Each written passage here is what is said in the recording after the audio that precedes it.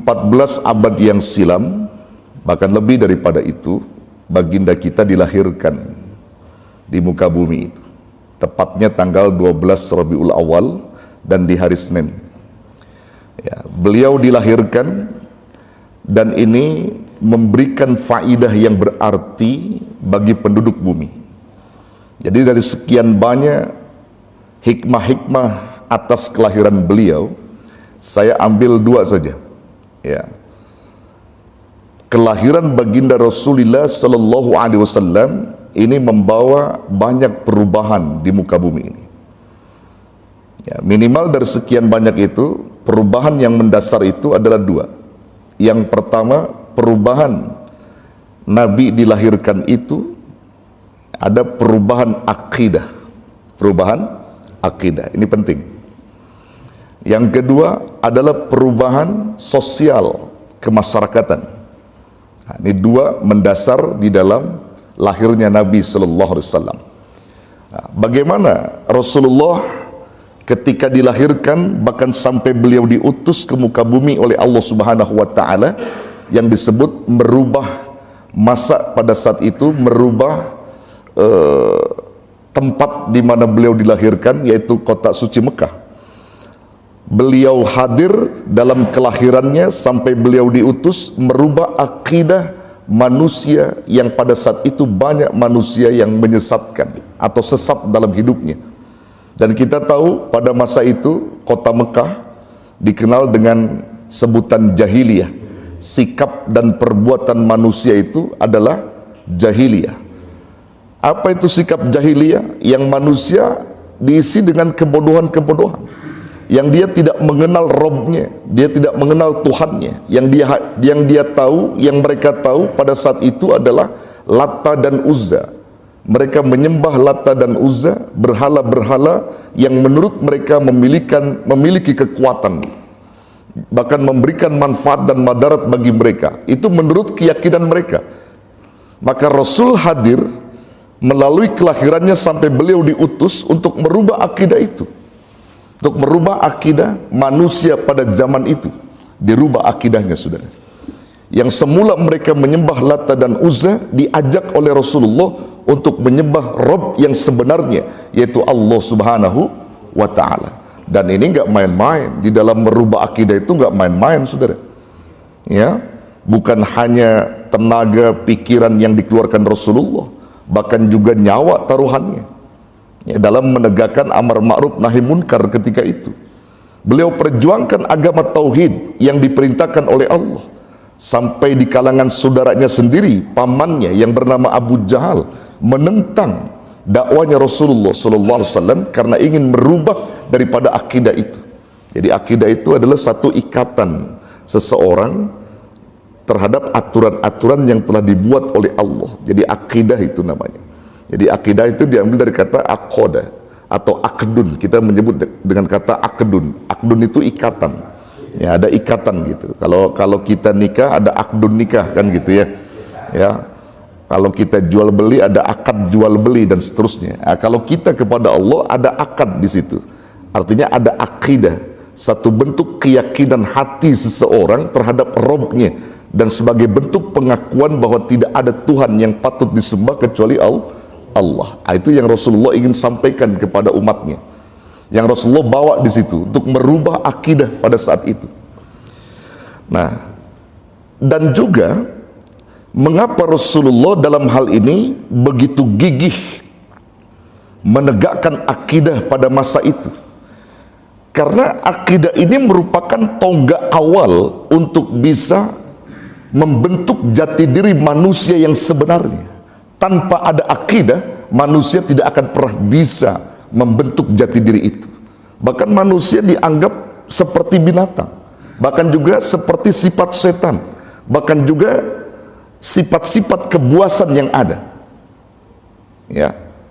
Tapi dengan akidah, maka yakin Rasulullah Sallallahu Alaihi Wasallam atas perintah Allah untuk menegakkan dan menyebarkan akidah Islamiyah ketika itu, mengajak manusia untuk mengenal Robnya, yang dimana kolbu setiap manusia, siapapun mereka, bahwa manusia telah dititipkan satu sifat ke dalam kolbu mereka masing-masing yang disebut dengan sifat rububiyah.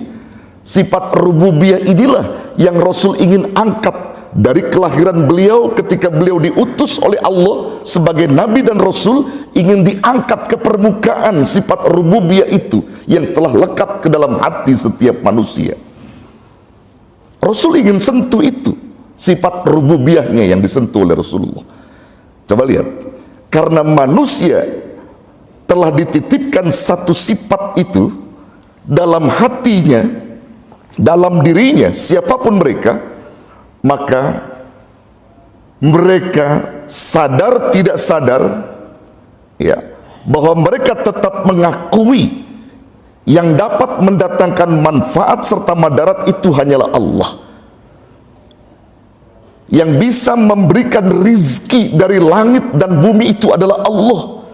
Mereka sadar tidak sadar tetap ada pengakuan seperti itu dalam sifat rububiyah mereka. Coba lihat surah Yunus ayat 31.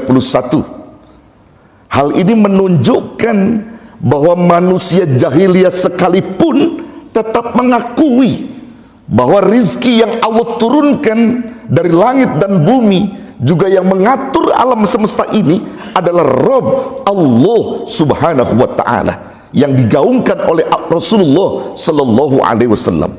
Coba lihat surah Yunus ayat 31 hingga 32. Ini saya bacakan, saudara.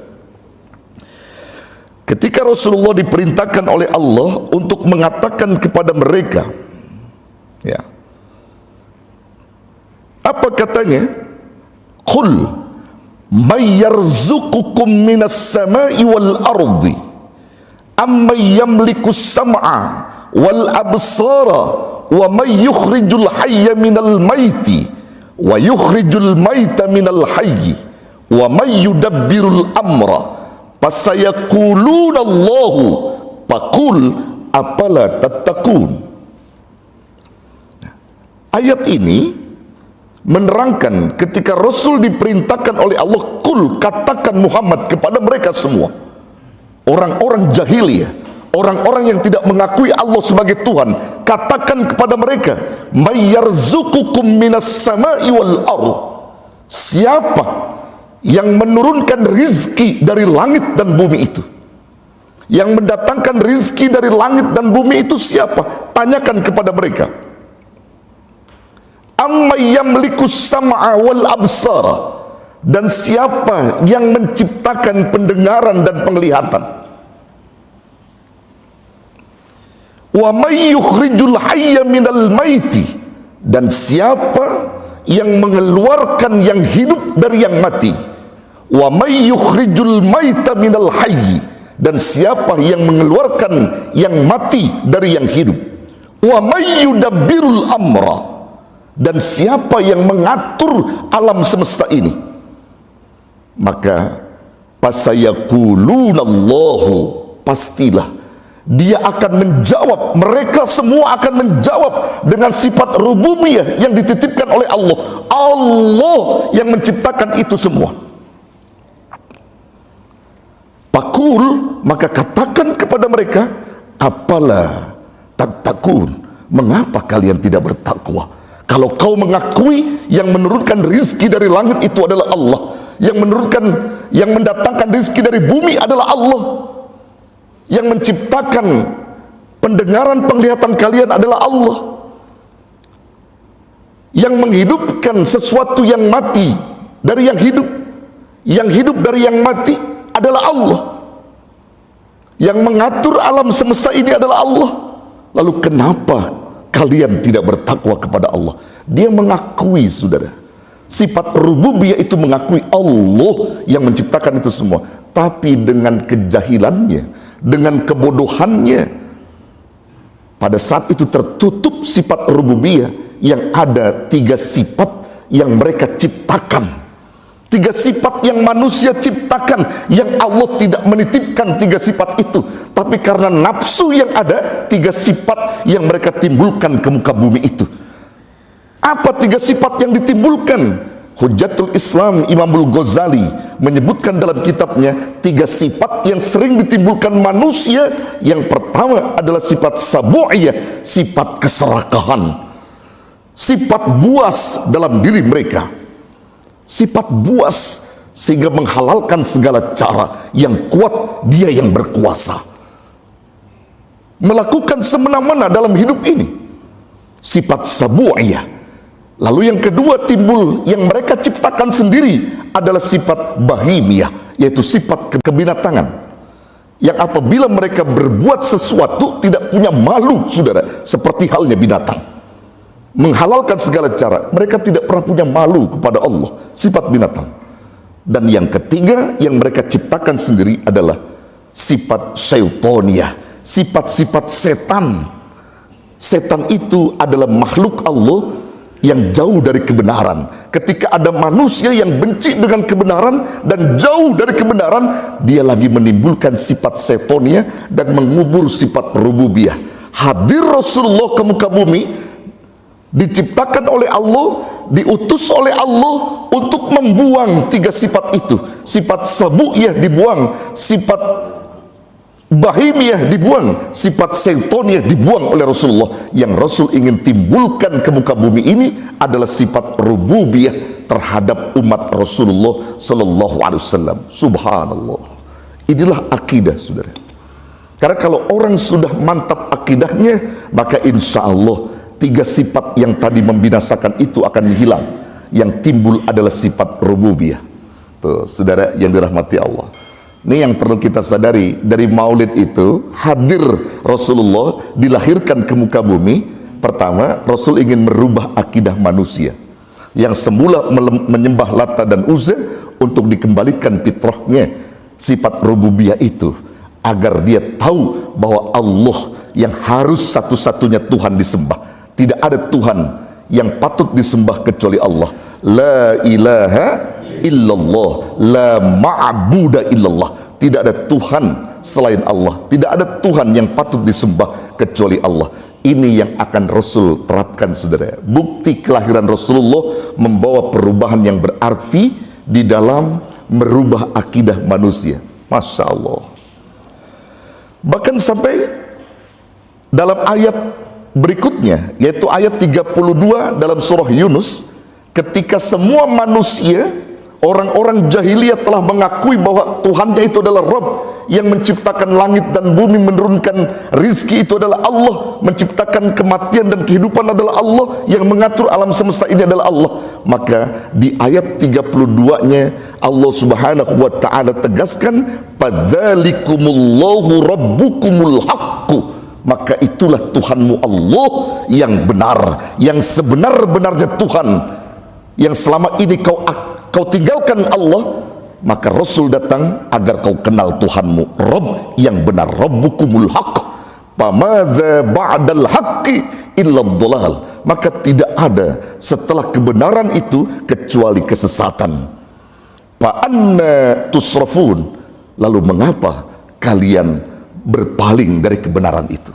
Subhanallah. Saudara, kita lihat 2 ayat ini saja sebenarnya menghantarkan diri setiap manusia sadar, dan dia sadar bahwa dalam diri mereka itu ada fitrah, dalam diri mereka itu ada sifat rububiyah yang harus dia angkat ke permukaan. Antum semua punya sifat itu, sifat rububiyah, artinya sifat-sifat ketuhanan, yang selalu senang dengan kebenaran, yang selalu cinta terhadap kebenaran dan membenci kebatilan. Sifat rububiyah itu. Antum selalu sayang kepada istri, itu rububiyah. Sayang pada anak-anak, rububiyah.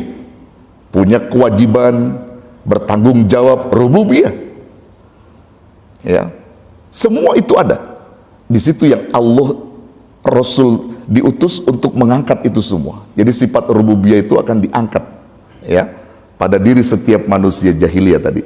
Masya Allah.